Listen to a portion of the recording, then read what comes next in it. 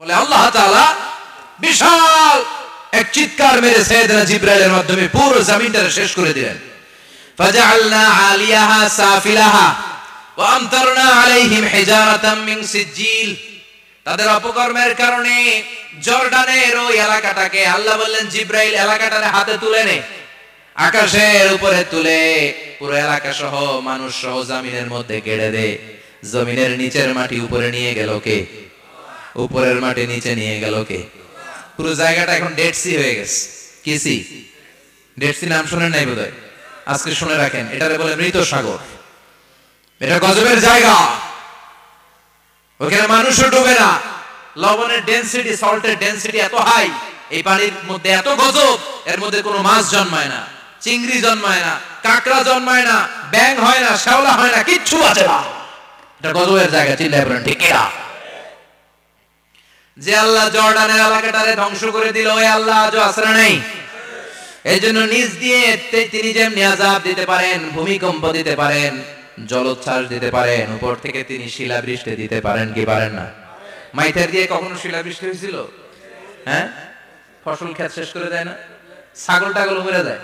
ছাগল যদি ইয়েতে থাকে ক্ষেতের মধ্যে, বড় শিলা মাথায় পড়লে শেষ, মানুষও শেষ, টিনের চালও শেষ। কথা কন।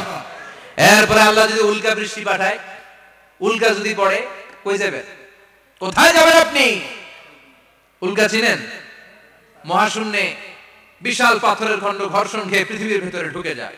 এই পৃথিবীতে সবচেয়ে বড় উল্কাপিণ্ড পড়েছে সাউথ আফ্রিকাতে। সাউথ আফ্রিকার একটা সিটি আছে হোবা সিটি। এই হোবা শহরে 60 মেট্রিক টন ওজনের একটা উল্কা পড়েছিল, যেখানে পড়েছে পুরো জায়গাটা বিশাল খাদ হয়ে গিয়েছে। এরকম একটা উল্কা যদি এখানে পড়ে, আজকে বাঁচার উপায় আছে? যে বিল্ডিং এ আমরা থাকি, রাত্রে বেলায় ঘুমাই আর ধুম্মা চলে ধুম দেখি রাতে, ওই বিল্ডিং এ যদি একটা পড়ে, কথা কন, ডান্স ক্লাব গুলোর উপর যদি পড়ে, পতিতালয় যেগুলো আছে ওগুলা যদি পড়ে, যেই হোটেল গুলার মধ্যে আকাম কুকাম হয় ওইটার উপর যদি পড়ে, নাকি আল্লাহর এখন দেওয়ার ক্ষমতা নাই? কথা কন। তার মানে বেঁচে গেছো, পার পেয়ে গেছো মনে করো না, নিজ দিয়েও আযাব আছে, উপর দিয়েও আযাব আছে। চিল্লায় বলেন ঠিক কি না? এজন্য ভয় পেতে হবে একজন সত্তাকে, তিনি কে? সব ক্ষমতার মালিক কে? এরপর আল্লাহ বললেন আওয়ালাম ইয়ারাউ ইলা আত-তায়রি ফাওকাহুম সাফাতিন ওয়া ইয়াকবিদনা মা ইউমসিকুহুন্না ইল্লা রাহমান ইন্নাহু বিকুল্লি শাইইন বাসীর। সুবহানাল্লাহ বলেন। আল্লাহ বলেন তোরা নাস্তিক হস কেমন করে? মানুষ নাস্তিক হয় কেমন করে? মানুষ কি মুক্ত বিহঙ্গের দিকে নজর করে তাকায় না? আকাশে মুক্ত বিহঙ্গ নাই? বিহঙ্গ বুঝছেন তো? পাখি। পাখির কথা কোরআনে বললো কে? সুবহানাল্লাহ কইবেন না? ওয়া আরসালা আলাইহিম তায়রান আবাবিল। আবার কাবা ভাঙতে এলে পাঠাওয়া বাবিল। দাও খোদা দাও আমায় আবার উমার দারাজ দিল। দাও খোদা দাও আমায় আবার উমার দারাজ দিল। সুবহানাল্লাহ পড়েন। এই যে আল্লাহ বললেন ওয়া আরসালা আলাইহিম, তারপর তায়রান আবাবিল, তায়ের মানে পাখি, তায়ের মানে কি? আবার জান্নাতে যারা যাবে তাদেরকে পাখির ভুনাগ্রস্ত খাওয়াবে কে? জান্নাতে যাওয়ার সাথে সাথে প্রথমে আল্লাহ আপনাদেরকে মেহমানদারি করবে মাছের কলিজা দিয়ে। খাইবেন? মাছের কলিজার কথা শুনে জিভে পানি আসছে অনেকের। আউয়ালু তুআমিন ইয়াকুলুহু আহলুল জান্নাতি ফাজিয়াদাতু কাবিদিল হুত। প্রথমে মাছের কলিজা, এরপরে পাখির ভুনাগ্রস্ত। তার মানে পাখির কথা কোরআনে আছে না নাই? আবার সাইয়েদনা সুলাইমান আলাইহিস সালামের একটা পাখি ছিল, ওইটার নাম কি ছিল? হুদহুদ পাখি। মাথার উপর দিয়ে চলতো, আর ওইটার চোখে জুমিং পাওয়ার আল্লাহ এত বেশি দিয়েছিল, এটা জমিনে নজর করলে বুঝতে পারতো কয় হাজার ফিট নিচে পানি আছে, পানিটা মিষ্টি না লবণাক্ত না কেমন, দেখে দেখে মুহূর্তের মধ্যে সাইয়েদনা সুলাইমানের কাছে সব তথ্য সরবরাহ করে দিত। সুবহানাল্লাহ। এজন্য আল্লাহ বললেন নাস্তিক গুলো কি পাখির দিকে তাকায় না? এই পাখির দিকে তাকালে পাখির রব আল্লাহরে খুঁজে পাওয়া যায়। পাখির দিকে তাকালে, মুক্ত বিহঙ্গের দিকে তাকালে কেমন করে পাখিগুলো উড়ে যায়। এই পাখিগুলো আকাশে ধরে রাখে কে? মা ইউমসিকুহুন্না ইল্লা রহমান। ওই রহমান ছাড়া কেউ পাখিগুলোর শূন্যে ধরে রাখতে পারে না। কত শত আয়াতে যে আল্লাহ পাখির কথা বলেছেন হিসাব নাই। কত ধরনের পাখি যে আল্লাহ বানিয়েছেন কোনো হিসাব নাই। আপনারা ঘরে জিওগ্রাফিক্যাল চ্যানেলগুলো দেখেন? হ্যাঁ, না জি বাংলা দেখেন? স্টার জলসা, কিরণমালা কি দেখেন? জিওগ্রাফিক্যাল চ্যানেল দেখবেন। ওখানে দেখবেন একটা পাখি আল্লাহ তৈরি করেছে, পৃথিবীর সবচেয়ে ছোট পাখি, নাম হলো হামিং বার্ড। কি নাম? The smallest bird ever in the world. সবচেয়ে ছোট, এটা প্রাপ্তবয়স্কে 3 থেকে 5 ইঞ্চি লম্বা হয়। এটার পূর্ণ যৌবন, এটা লম্বা কত দূর? 3 থেকে 5 ইঞ্চি। এটা প্রতি সেকেন্ডে ডানা ঝাপটাতে পারে 80 বার। কয়বার? আমাদের ডানা আছে না 2টা? আপনি আপনার ডানা 1 সেকেন্ডে কয়বার ঝাপটাতে পারবেন? হ্যাঁ, আমি ঝাপটাইলাম, কয়টা হয়েছে 1 সেকেন্ডে? হ্যাঁ, 3টা 4টা ঝাপটা দিতেই আমার সেকেন্ড শেষ। কিন্তু এই পাখিটা প্রতি সেকেন্ডে তার 2 পাখা ঝাপটায় কয়বার? পৃথিবীর সব পাখি সামনে ওড়ে, তো এই পাখি সামনে যেমনি ওড়ে, এট দ্য সেম টাইম এই পাখি পিছনের দিকে উঠতে পারে। সুবহানাল্লাহ, বাড়িতে যাই বললেন। ইউরোপের আল্পস পর্বতমালায় গুগল করবেন যে আজকে গুগলে লিখবেন যে আলপিন সুইফট একটা পাখি আছে। এই পাখিটা একবার যখন শূন্যে উড়াল দেয়, উড়ন্ত অবস্থায় এটা আকাশে 6 মাস থাকতে পারে। আকাশের মেঘের আপ থেকে পানি খায়, শূন্যে ভেসে বেড়ানো পোকামাকড় ধরে খেয়ে বেঁচে থাকে। 6 মাস পরে একবার জমিনে ল্যান্ড করে, নামে কয়েকদিন থেকে আবার উড়াল মারে, আবার 6 মাস। আলপিন সুইফট। আরেকটা পাখি আছে, অদ্ভুত পাখি, নাম হোমা বার্ড। এই হোমা বার্ড উড়ন্ত অবস্থায় ডিম পেড়ে দেয়, আর ওই ডিমটা জমিনে পড়ার আগেই মাঝখানে ডিম ফেটে বাচ্চা বের হয়ে বাচ্চা উঠতে শুরু করে দেয়। এই পাখিগুলোর কথা কোরআনে আছে না নাই? এজন্য আল্লাহ বললেন, আওয়ালাম ইয়ারাউ ইলা তাইরি ফাওকাহুম সাফাতিন ওয়া ইয়াকবিদনা মা ইউমসিকুহুন্না ইল্লার রাহমান ইন্নাহু বিকুল্লি শাইইন বাসীর। আল্লাহ বললেন, নাস্তিকগুলো কি পাখির দিকে নজর করে তাকায় না? পাখির দিকে নজর করে যদি তাকায়, তখন পাখির রব আল্লাহরে খুঁজে পাবে। চিল্লায় বলেন ঠিক কিনা? পাখিকে আরবিতে বলে তয়ের। সবাই বলেন, পাখির আরবি কি? বিমানের আরবিও তয়ের। পাখি আরবি যা, বিমান আরবিও। এই পাখি নিয়ে গবেষণা করে বিমান বানাইছে। সুবহানাল্লাহ কইবেন না? আমরা বানাই নাই, আমরা তো খোঁজাখুঁজিতে ব্যস্ত, আমরা আছি ফতুয়া নিয়ে ব্যস্ত। তুই 20 কারণে কাফের, তোর চাচা 90 কারণে কাফের। তোর চাচা মরলে যেই জায়গায় কবর দেয়া হবে, ওই কবরের মাটির উপরে যে ঘাস উঠবে, ওই ঘাস যে গরু খাবে, ওই গরুর দুধ যে খাবে, ও কাফের। আছে না নাই? খালি কাফের ফতুয়া দেয় ব্যস্ত। আমরা ফতুয়া নিয়ে রইলাম, আর ওরা সব আবিষ্কার করে ফেললো। উইলবার রাইট আর অরভিল রাইট, এই 2 ভাই 1903 সালে এই বিমান আবিষ্কার করেছে, এই আয়াতের উপর গবেষণা করে। আওয়ালাম ইয়ারাউ ইলা তাইর, ওরা কি পাখি নিয়ে ভাবে না? আমাদের তো ভাবার সময় নেই, আমরা আছি মদ নিয়ে আর নারী নিয়ে আর জুয়াবাজি নিয়ে। চিল্লায় বলেন ঠিক কিনা? এমন অনেক মন্ত্রীদের হোটেল আছে যেখানে পতিতালয়ের আড্ডাখানা। চিল্লায় বলেন ঠিক কিনা? মুসলমানরা মদ আর নারী নিয়ে ব্যস্ত, আর ইহুদি খ্রিস্টানরা আমাদের সব ঐতিহ্যকে ধারণ করেছে। উইলবার রাইট অরভিল রাইট গবেষণা শুরু করে দিল। পাহাড়ে শুয়ে শুয়ে 2 ভাই খালি পাখির ছবি আঁকে, কেমনে পাখিগুলো ডানা ঝাপটা মেরে ওঠে, কেমনে নামে। গবেষণা করতে করতে করতে প্লেন বানায় ফেললো 1903 সালে। আজ থেকে 100 বছর আগের স্টোরি শোনাচ্ছি আপনাদের। তখনকার বিমান এখনকার বিমানের মতো ছিল না। আপনি দেখবেন যে শুরুতে বিমান কেমন ছিল। শুরুতে ভাঙ্গা চূড়া 2টা পাখা নিয়ে একটু উড়ে আবার থপাস করে পড়ে, কিন্তু আশা হারায় নাই, আবার উড়ে থপাস করে পড়ে। আমেরিকাতে সুবিধা করতে পারেনি। ফ্রান্সের এক কিং তাদেরকে ডোনেট করেছে বিপুল অঙ্কের টাকা দিয়ে। তারা প্রথম ফ্রান্সের একটা শহর থেকে আরেকটা শহরে পৃথিবীর প্রথম প্যাসেঞ্জার প্লেন নিরাপদে ল্যান্ড করেছে। মানুষের উড়ার স্বপ্ন সফল হতে শুরু করলো। এখন বিভিন্ন ধরনের বিমান একটার পর একটা শুরু হয়েছে। এই পৃথিবীর সবচাইতে দ্রুতগামী যে বিমানটা আগে ছিল, নাম ছিল কনকর্ড, যাত্রীবাহী বিমান। এটার পরে এখন একটা বাইরেছে বোম সুপারসনিক। কি নাম? Bomb supersonic. এত স্পিডে চলে, এই মাত্র দেখলেন এদিকে, এরপর দেখবেন নাই ওইদিকে। সুবহানাল্লাহ পড়ে। কি বিশাল বিশাল ডাবল ডেকার গুলো নিয়ে শূন্যে উড়াল দেয়। A3 এয়ার বোয়িং A380 বর্তমান পৃথিবীতে সবচেয়ে বড় প্যাসেঞ্জার বিমান।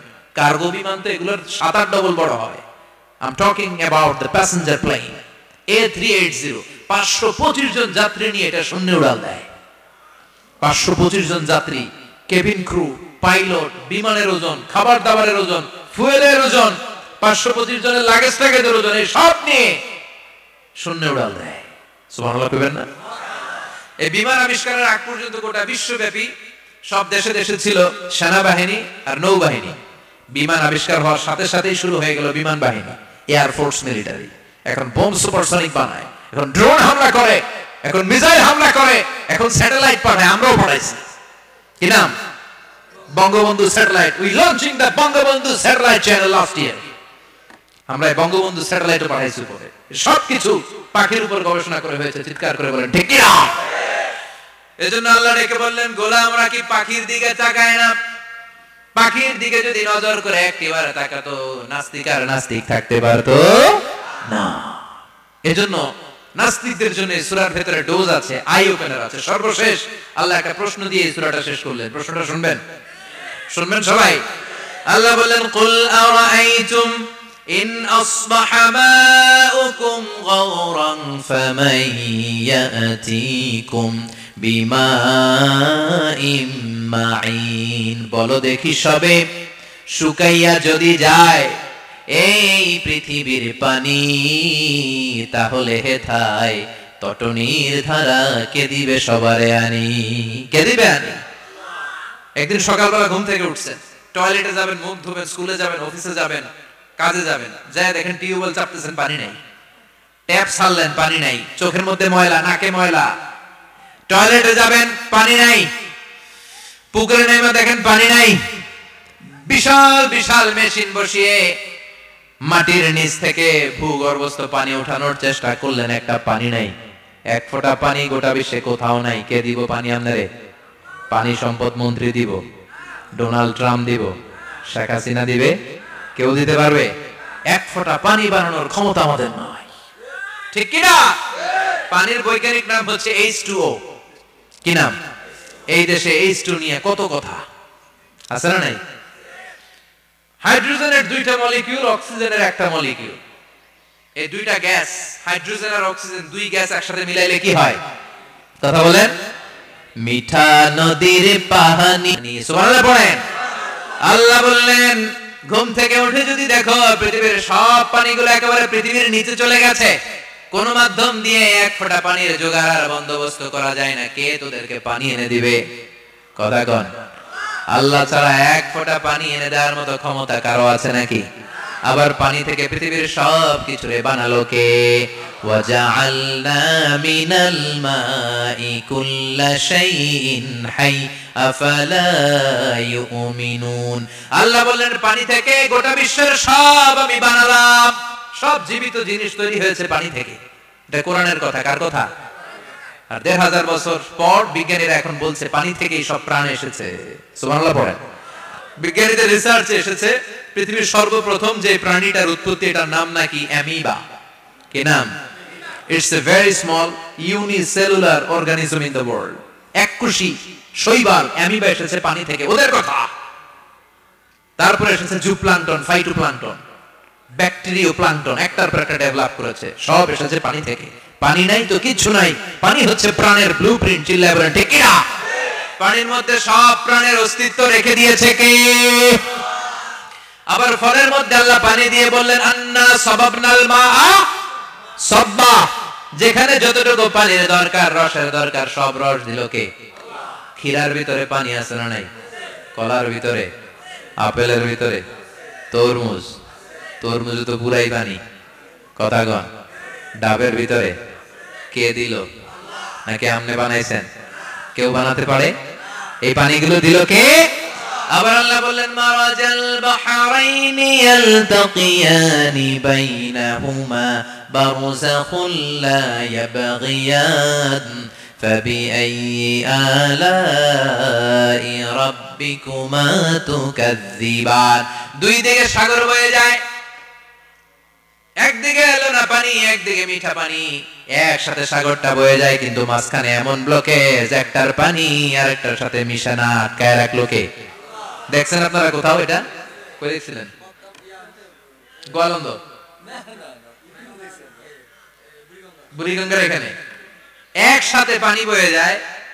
এই জায়গায় পানি, এই জায়গায় পানি মিলে না,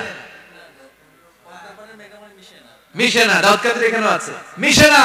এর কারণ এই পাশের পানি, এটা ডেনসিটি হাই, বেশি ঘন, এটা ডেনসিটি লো, এটা পাতলা, এটা টেম্পারেচার হাই, এটা টেম্পারেচার কম, এটা লবণ বেশি, এটা লবণ কম, দুইটা দুই পানি একসাথে বয়ে যায়, একটার সাথে আরেকটা মিশে না। এই কারিগরটাকে চিল্লায় বলতে হবে কে? সেজন্য আল্লাহ বললেন, গোলাম পানি দিয়ে আমি বানালাম, পানি ছাড়া বাঁচবি না, এজন্য সব জায়গায় পানির ব্যবস্থা করে দিয়েছে কে? আবার বেশি পানি হলেও মরার ব্যবস্থা আছে না নাই? সাইয়েদনা নূহ আলাইহিস সালামের কওমকে বন্যা দিয়ে ধ্বংস করেছে কে? এজন্য পানি চাইবো কার কাছে? কথা কন। আল্লাহ মেঘ দে পানি দে, ছায়া দে রে তুই, আল্লাহ মেঘ দে। সবাই পড়েন না, আল্লাহ মেঘ দে পানি দে, ছায়া দে রে তুই, আল্লাহ মেঘ দে। দেয়ার মালিক একজন, তিনি কে? চাইতে হবে কার কাছে? সব ক্ষমতার মালিক কে? নাকি আমরা? আমরা ক্ষমতার মালিক। আর জীবনে কোনোদিন বলবেন মানুষ সকল ক্ষমতার উৎস, এই কথা কোনোদিন বলা যাবে? সকল ক্ষমতার একচ্ছত্র নিরঙ্কুশ মালিকানা একজনের, চিৎকার করে বলতে হবে তিনি কে? বিপদে আপদে সবসময় আমরা তার কাছে চাইবো, তার কাছে ফিরবো। আল্লাহ আমাদের সবাইকে কথাগুলো বুঝার, আমল করার তৌফিক দান করুন। আর জোরে বলেন আমিন। যতগুলো কথা বললাম কোরআন সুন্নাহর আলোকে বলেছি, বানিয়ে কিছু বলি নাই। তারপরেও আমার মনের অজান্তে কোনো মিস ইনফরমেশন যদি আমার মুখ ফসকে বেরিয়ে যায়, সেগুলো যেন আল্লাহ তাআলা আপনাদের স্মৃতিপট থেকে মুছে দেয়। পড়েন আমিন। সত্য সুন্দর হকের পক্ষে যা বললাম তার সব যেন আল্লাহ আমাদের সবাইকে আমলের তৌফিক দান করে। আমরা পড়ি আমিন। আল্লাহুম্মা আমিন। ইয়া রাব্বি লাকাল হামদু কামা ইয়ানবাগি লিজালালি ওয়াজহিকা ওয়া আযীমি সুলতানিক, লাকাল হামদু বিল ঈমান, লাকাল হামদু বিল ইসলাম, লাকাল হামদু বিল কুরআন। আল্লাহুম্মা জাআল, আল্লাহর আদেশে দেহে ঢুকে আল্লাহর আদেশে বের হয়ে যায়, ঠিক কি না? এই যে ছোট্ট বাচ্চাটার দেহের ভিতরে যে রূহ ঢুকলো, কে দিল? আল্লাহ। 120 দিনের আগে মানব শিশুর দেহের ভিতরে কিন্তু রূহের ফুৎকার হয় না। সহিহ বুখারীর বর্ণনা 40 40 40, 340 কত? কথা বলেন। প্রথম 40 থাকে নুতফা, তারপরের 40 হয় আলাকা, তারপরের 40 হয় মুদগা, sperm drop, blood clot, and then the little flash. ছোট্ট নাপাক পানি ছিলাম, শুক্রাণু ছিলাম আমরা। কি ছিলাম? শুক্র ছিলাম না, শুক্রাণু, শুক্রের অণু। এক ফোঁটা শুক্রের মধ্যে 20 কোটি অণু থাকে, ওই 20 কোটির একটা ছিলাম আমি আর আপনি। সুবহানাল্লাহ। বাড়ি থেকে বলেন। ডিম্ব আমরা ছিলাম না, আমরা ছিলাম ডিম্বাণু। ডিম্বের এই ডিম্বাণু আর শুক্রাণু দুইটা মিলে আল্লাহ আমাদেরকে বানায় ফেললেন জাইগট, সেখান থেকে এমব্রয়ো, তারপরে আস্তে আস্তে ইনিশিয়াল স্টেজ গুলো শেষে একটার পর একটা স্টেজ পার করে তিনি আমাদেরকে বানালেন আলাকা, সেখান থেকে মুদগা। আমাদের দেহের ভিতরে তিনি স্কেলিটন ভরে দিলেন, কঙ্কাল, মাথার স্কাল দিলেন, খুলি দিলেন, নাক কান গলা দিলেন, আমার রেসপিরেটরি সিস্টেম চালু করে দিলেন। কত ছোট ছিলাম আমি, ক্ষুদ্র ছিলাম আমি। ফালয়ানযুরিল ইনসানু মিম্মা খুলিকা, খুলিকা মিম্মা দাফিক। মানুষের উচিত তার সৃষ্টি প্রক্রিয়ার দিকে নজর করে তাকানো। বাবার পিঠ থেকে সবেগে নির্গত হওয়া পানি দিয়ে মায়ের পেটে তোমারে ঢুকায় দিল কে? নাপাক পানি থেকে ছোট্ট ব্যাঙ্গাচির মতো ছিলাম, জোকের মতো মায়ের জরায়ুর দেয়ালে লেগেছিলাম। সেখান থেকে বড় করতে করতে আমার রেসপিরেটরি সিস্টেম, আমার হেয়ারিং সিস্টেম, আমার সব সিস্টেম গুলো তিনি আমার দেহের ভিতরে সেট করে দিল। চিল্লায় কোন সুবহানাল্লাহ। 120 দিনের সার্টেন পিরিয়ড শেষে তিনি দেহের ভিতরে রূহের ফুৎকার দিলেন। দেয়া মাত্রই আমার রূহতে ধপ ধপ ধপ শুরু হয়ে গেছে। ওই যে ধপ ধপ শুরু হয়েছে, আজ থামে নাই। এই ধপ ধপ থামলে বাঁচবেন? দম ফুরাইলে আমরা ঠুস হয়ে যাবো, ঠিক কিনা? আরে মানুষ রঙিন ফানুষ, দম ফুরাইলে তবু তো ভাই কারোরই নাই একটুখানি। আরে মানুষ রঙিন ফানুষ, রঙিন ফানুষ, আরে মানুষ। সুবহানাল্লাহ বলেন। সে আল্লাহ বললেন, গোলাম জীবন আর মরণের মাঝখানে আমি তৈরি করেছি রূহ। পৃথিবীর বিজ্ঞানীরা সব বানাতে পারে, কম্পিউটার বানাতে পারে, প্লেন বানাতে পারে, হেলিকপ্টার বানাতে পারে, রকেট বানাতে পারে, কিন্তু গোটা বিশ্বের সব বিজ্ঞানীরা মিলে কি রূহ বানাতে পারে নাকি? কথা বলেন। গত বছর সোফিয়া নামে একটা রোবট আসছিল না? কথা কন। ওটা মাথা উঁচু করে নিচু করে কথা বলতে চায়, মানুষের মতো হতে চায়। আসলে কি মানুষ? ওটার মধ্যে কি রূহ আছে? রূহ বানাইতে পারবে কেউ? এই রূহ নিয়ে যে কত গবেষণা, মুমূর্ষ রোগীদের উপর গবেষণা চালিয়েছে অনেক। বুলেট প্রুফ গ্লাসের ভিতরে মুমূর্ষু রোগীকে রেখে রেখে তারা চেক করতে চেয়েছে আমেরিকান বিজ্ঞানীরা যে রুহু কোন দিক দিয়ে বের হয়। তারা ওজন করে দেখে মানুষ মরে গেলে কোন লাশের ওজন বেড়ে যায়, কোন লাশের ওজন কমে যায়। যেটাতে কমে গেছে 2-1 কেজি কমে যায়, তার অবাক, কি আগে ছিল 80 কেজি এখন 78 কেজি, তার মানে 2 কেজি নাই, এটাই রুহু। এটাই কি? এটা হচ্ছে গবেষণার ধাপ।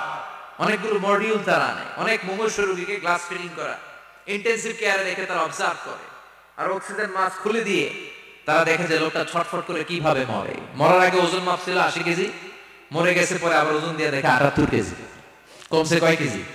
বিজ্ঞানীকে পাইছি, সবাইকে কি পাইছে? কয় রুহু। কই পাইলেন? আগে 80 এখন 78, 2 কেজি। রুহুর ওজন কয় কেজি? তো বিজ্ঞানীদের সিস্টেম হচ্ছে যে কোনো একটা বিষয়ের উপর গবেষণা চালালে তারা পূর্ণাঙ্গ ডিসিশনে পৌঁছতে পারে না। They couldn't jump to the final conclusion just on one module, based on one module. They cannot do it. তাদের অনেকগুলো মডিউল আনতে হয়। তারা আবার নমুনা আনলো আরেকটা, মুমূর্ষু রোগী, অক্সিজেন চেম্বার লাগানো, মাস্ক লাগানো, এটা খুলে ফেললে মরে যাবে। বুলেট প্রুফ করা গ্লাসের ভিতরে ঢুকিয়ে এটার ওজন মাপ, এটার ওজন 60 কেজি। এবার মাস্ক খোল, মাস্ক খুলছে ছটফট ছটফট করে, এটা শেষ। এবার মাপ দেখ, এবার মাইপা দেখা গেছে 63 কেজি। কয় কেজি বাড়ছে? এক একটার এক এক সিস্টেম হইতেছে, কোনোটা কমে, কোনোটা বাড়ে, কোনোটা কিচ্ছু হয় না। সবাই কয় তাইলে আপনি রুহু পাইলেন কই? আগেরটা কম ছিল, মনে করছিলেন 2 কেজি কমছে, ওইটাই রুহু, এখন 3 কেজি বাইরে গেছে, মিলাইবেন কি দিয়া? কথা কন। আল্লাহ রেখে বলে গোলাম, কিয়ামত পর্যন্ত একটার পর একটা মুমূর্ষু রোগীকে বুলেট প্রুফ গ্লাসের ভেতরে ঢুকাতে পারবি, গবেষণা করতে পারবি, মাগার রুহু খুঁজে পাবি না। চিল্লায় বলেন ঠিক না? কারণ এই রুহুর মালিক কে? সে আল্লাহ বললেন, আল্লাযী খালাকাল মাউতা ওয়াল হায়াতা লিয়াবলুয়াকুম আইয়ুকুম আহসানু আমালা। জীবন আর মৃত্যু বানালাম তোমাদেরকে পরীক্ষা করার জন্য। পরীক্ষা আসরা নাই, গোটা দুনিয়াটাই পরীক্ষা। আল্লাহ যারে পছন্দ করে বেশি তার পরীক্ষাও। আশাদ্দুন নাসি বালাআন আল আম্বিয়া। এই পৃথিবীতে আল্লাহ সবচেয়ে বেশি বালা মুসিবত দিয়ে পরীক্ষা করেছেন নবীদের, কারণ নবীরা আল্লাহর কাছে কম প্রিয় না বেশি প্রিয়? যেহেতু প্রিয় বেশি, পরীক্ষা। এজন্য মুমিনের উপর যদি পরীক্ষা আসে, মুমিনের উপর যদি অত্যাচার আসে, মুমিনের উপর যদি ধৈর্যের পরীক্ষা আসে, জেল জরিমানা আসে, মুমিন ওইটারে ভয় পায় না। মুমিন ভয় পায় একজনকে। চিল্লায় বলেন তিনি কে? কারণ আল্লাহর ঘোষণা, ওয়ালা তাহিনু ওয়ালা তাহজানু। ঘোষণাটা কার? ভয় নাই, তোদের চিন্তা নাই। আনতুমুল আ'লাউনা ইন কুনতুম মুমিনিন। তোমরাই বিজয়ী হবা যদি মুমিন হও, যদি মুমিন হও। এজন্য ধৈর্যের পরীক্ষা দিতে হবে, আল্লাহর উপর তাওয়াক্কুল করতে হবে, অত্যাচার আর জুলুম আল্লাহর নামে সহ্য করে যেতে হবে। চিল্লায় বলেন ঠিক কিনা? কারণ মজলুমের সাথে আল্লাহ থাকে। মজলুমের বদদুয়াকে বিশ্বনবী ভয় করতে বলেছেন, কারণ মজলুমের বদদুয়ার মাঝে আর আল্লাহর মাঝে পর্দা থাকে। যারা দুনিয়ার বুকে জুলুম করে তাদেরকে ক্ষমতার মসনদ থেকে নামিয়ে দেয় কে? আর যারা মজলুম হয়, যাদের রক্ত দিয়ে জমিন ভেজে, তাদেরকে জমিনের ক্ষমতা দিয়ে দেয় কে? আর যারা রক্ত ঝরায়, ইতিহাস বলে তারা শেষ পর্যন্ত প্রাণ আর জান নিয়ে পালাবার জায়গাটা পায় না। চিল্লায় বলেন ঠিক কিনা? এজন্য মুমিন খুব ভালো করে জানে, রাত্রি যত গভীর হয়, সুবহে সাদিকের সময় কাছে আসতে থাকে। গর্ভবতী নারীর পেটের জ্বালা যন্ত্রণা, ব্যথার পেইন যত বাড়ে, নতুন মেহমান আগমনের সময় কাছে আসতে থাকে। তেমনি ইসলামের পক্ষের শক্তির উপর যদি অত্যাচার, অনাচার, স্টিম রোলার বেড়ে যায়, এটা প্রমাণ করে ইসলামের বিজয়ের সময় কাছে আসতে শুরু করেছে। চিল্লায় বলো ঠিক কিনা? এজন্য রাব্বুল আলামিন ডেকে বলেন, গোলাম, লিয়াবলুয়াকুম আইয়ুকুম আহসানু আমালা। কে ভালো আমল করো, কে খারাপ আমল করো, এজন্য আমি জীবন মরণ তৈরি করেছি। চিল্লায় কোন ঠিক কিনা? এরপর আল্লাহ বললেন, ওয়ালাকাদ যায়্যানাস সামাআদ দুনিয়া বিমাসাবিহা ওয়া জাআলনাহা রুজুমান লিশ-শায়াতিন। সুবহানাল্লাহ বলেন। ওয়ালাকাদ যায়্যানাস সামাআদ দুনিয়া। মাইকম্যান কোথায়? সাউন্ডটা বাড়াও। এত দুর্বল কেন তোমার সাউন্ড? মনে হচ্ছে আমি মাইক ছাড়া কথা বলছি। সাউন্ডটা স্ট্রং করো। ওয়ালাকাদ যায়্যানাস সামাআদ দুনিয়া। I have beautified the closer sky with candles, with light and stars. আল্লাহ বলেন, আমি দুনিয়ার আকাশকে তারা দিয়ে সুশোভিত করেছি। আকাশে তারা আসরা নাই, এগুলো এমনি এমনি হয়েছে না? তৈরি করছে কে? বিশ্বাস হয়? কোনো সন্দেহ আছে? এখন তো লাইটিং ফাইটিং এর যুগে তারার যে কি সৌন্দর্য আমরা বুঝি না। আমরা যখন ছোটবেলা গ্রামে যেতাম, রাতের বেলা তারার মেলা, কি সুন্দর, একটার চেয়ে একটা সুন্দর। শুকতারা, ধ্রুব তারা, সপ্তর্ষি মণ্ডল, 7টা তারার একটা চেইন আছে, চিনেন এগুলো? কি সুন্দর তারা! এগুলো তৈরি করে রেখেছে কে? প্রথম আকাশের মহাশূন্যকে আল্লাহ এই তারকা দিয়ে বিউটিফাই করেছেন। ইটস এ ক্যান্ডেল, আল্লাহ সাজিয়ে রেখেছেন। আমরা খালি চোখে যেটা দেখি এটা কিন্তু আকাশ না, এটা প্রথম আকাশ নয়। প্রথম আকাশ যে কত দূরে আমেরিকার নাসার বিজ্ঞানীরাও জানে না। খালি চোখে আমরা যা দেখি এটা প্রথম আকাশের মহাশূন্য। এর অনেক অনেক অনেক উপরে প্রথম আকাশ, এরপরে দ্বিতীয় আকাশের মহাশূন্যের স্তর শুরু, এরপরে দ্বিতীয় আকাশ, তারপরে তৃতীয় আকাশের মহাশূন্যের স্তর শুরু, তারপরে তৃতীয় আকাশ। একটার চেয়ে আরেকটা বড়। প্রথম আকাশের চেয়ে দ্বিতীয় আকাশ কত বড় বলি? আপনার হাতের আংটিটা যদি সাহারা মরুভূমিতে আপনি ছড়ে ফেলে দেন, পুরো মরুভূমির তুলনায় আংটি যত ছোট, আল্লাহর দ্বিতীয় আসমানের তুলনায় আল্লাহর প্রথম আসমানটা ঠিক তত ছোট। একটার চেয়ে একটা বড়, একটার চেয়ে একটা বড়। সূর্য দেখে আমরা অবাক হয়ে যাই। 9,30,00,000 মাইল দূরে, এই পৃথিবীর চেয়ে 13 লক্ষ গুণ বড়। এটার সানশাইন, আলো আসতে পৃথিবীতে 8 মিনিট 18 সেকেন্ড লেগে যায়। আমরা মনে করছি সূর্যই বড়। আমরা বসে আছি মাইথার দিয়াতে, তাই না? এই জায়গাটার নাম কি? মাইথার দিয়া। কি খালি এতটুকু প্যান্ডেলের সমান? কত বড় মাইথার দিয়া! এই পুরো মাইথার দিয়া কোন থানায় পড়ছে? দাউদকান্দি। দাউদকান্দি হচ্ছে কুমিল্লার 16টা থানার একটা, ঠিক কিনা? 16 থানা মিলে কুমিল্লার একটা জেলা। এরকম কয়টা জেলা আছে? 64 জেলা।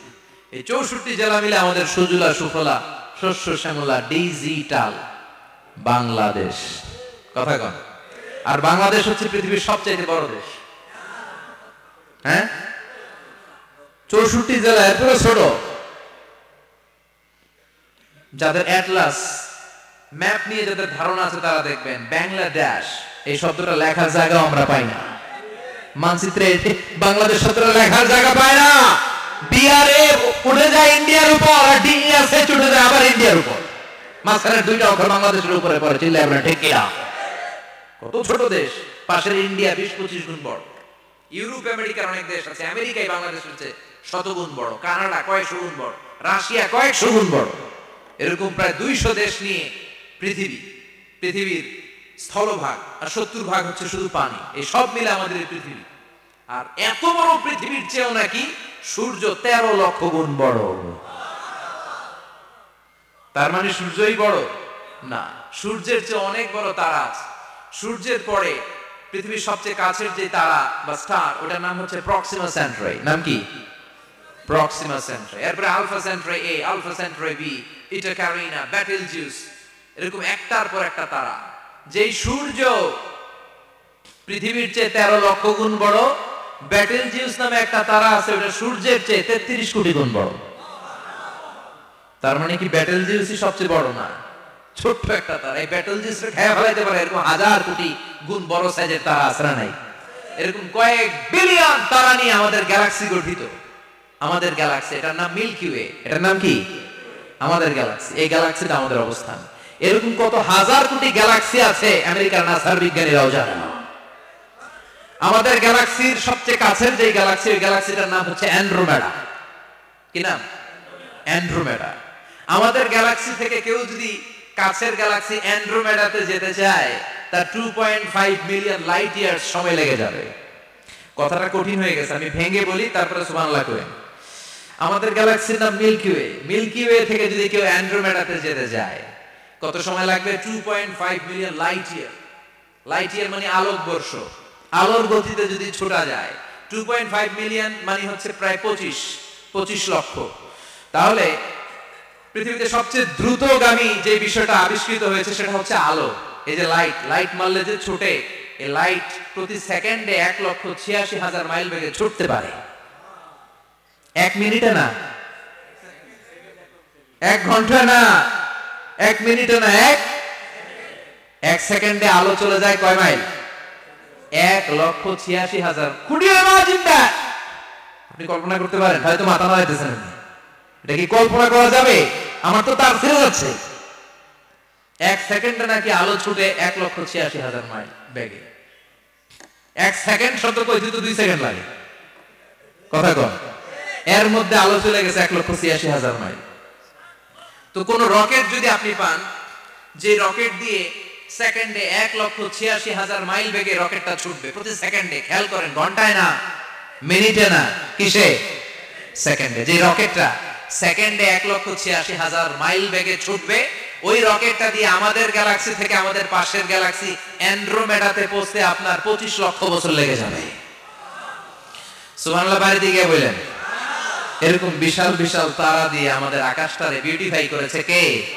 এজন্য আল্লাহ বললেন, ওয়ালাকাদ যায়্যানাস সামাআদ দুনিয়া বিমাসাবিহা ওয়া জাআলনাহা রুজুমান লিশ-শায়াতিন। আমি এই দুনিয়ার আকাশটারে সুন্দর সুন্দর তারকারাজি লাইটের মতো সেটিং করে সুশোভিত করেছি, আবার এই তারকা দিয়ে আমি শয়তানদেরকে প্রহার করেছি। সুবহানাল্লাহ, শয়তানদেরকে আল্লাহ তারা মেরে আঘাত করে। সুবহানাল্লাহ বলে। এরপরে এই সূরার প্রথম রুকুর শেষে আল্লাহ বললেন, وَأَسِرُّوا قَوْلَكُمْ أَوْ اجْهَرُوا بِهِ إِنَّهُ عَلِيمٌ بِذَاتِ الصُّدُورِ أَلَا يَعْلَمُ مَنْ خَلَقَ وَهُوَ اللَّطِيفُ الْخَبِيرُ। আল্লাহ বললেন, وَأَسِرُّوا قَوْلَكُمْ, তোমরা যদি গোপনে কথা বলো, أَوْ اجْهَرُوا بِهِ, কিংবা স্পষ্ট করে বলো, সব শুনে কে? আপনি যেমনি বলেন শুনবে কে? বললেই নাই, কিন্তু মনে মনে ভাবছেন, শুনবে কে? সুবহানাল্লাহ কইবেন না? সাত আকাশের উপরে, আরশের উপরে তার অবস্থান, সাত জমিনের নিচে কোন গোপনতম প্রকোষ্ঠে, কোন ছোট্ট বাক্সের ভেতরে যদি কোন পিঁপড়া, পিপিলিকা নীরবে হেঁটে যায়, আল্লাহ বলে আমি ওই পিঁপড়ার হেঁটে চলার পায়ের আওয়াজটাও শুনতে পাই। এজন্য কেউ যেটা শোনে না, শুনে কে?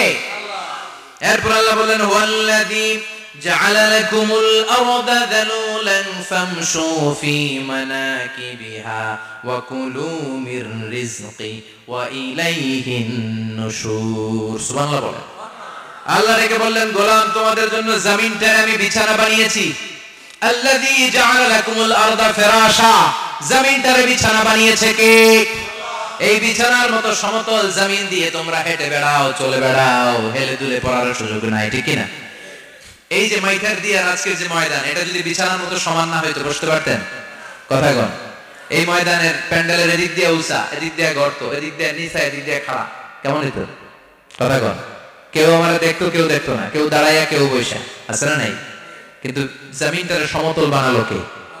আপনি যদি বিমান থেকে যদি আপনি দেখেন, বিমানের গ্লাস দিয়ে, জানলা দিয়ে যদি আপনি নিচের দিকে তাকান, আপনি দেখবেন মনে হবে পুরো জমিনটাকে আল্লাহ সবুজ কার্পেট দিয়ে কার্পেটিং করে রেখেছে। এই সৌন্দর্য দিয়েছে কে? আবার রব্বুল আলামিন বলেন, জমিনটারে সমান দেখে, কার্পেটিং দেখে মনে করো না তোমরা বেঁচে গিয়েছো। আমার দেয়া বিধান আমার জমিনে যদি কায়েম করতে না পারো, এই কার্পেটিং করা জমিনের ভেতরে আযাব আছে না নাই? এই পুরো জমিনের ভেতরে আছে আগুন আর আগুন। আগ্নেয়গিরির অগ্নুৎপাত জ্বালামুখে বিস্ফোরণ করে দিয়ে গোটা বিশ্বটারে মুহূর্তে মেসাকার করে দিতে পারে কে? এজন্য আল্লাহ ডেকে বললেন, গোলাম, আমিনতুম মান ফিস সামাই আন ইয়াখসিফা বিকুমুল আরদা ফাইযা হিয়া তামুর। তোমরা কি ভেবেছো নাকি বেঁচে যাবা?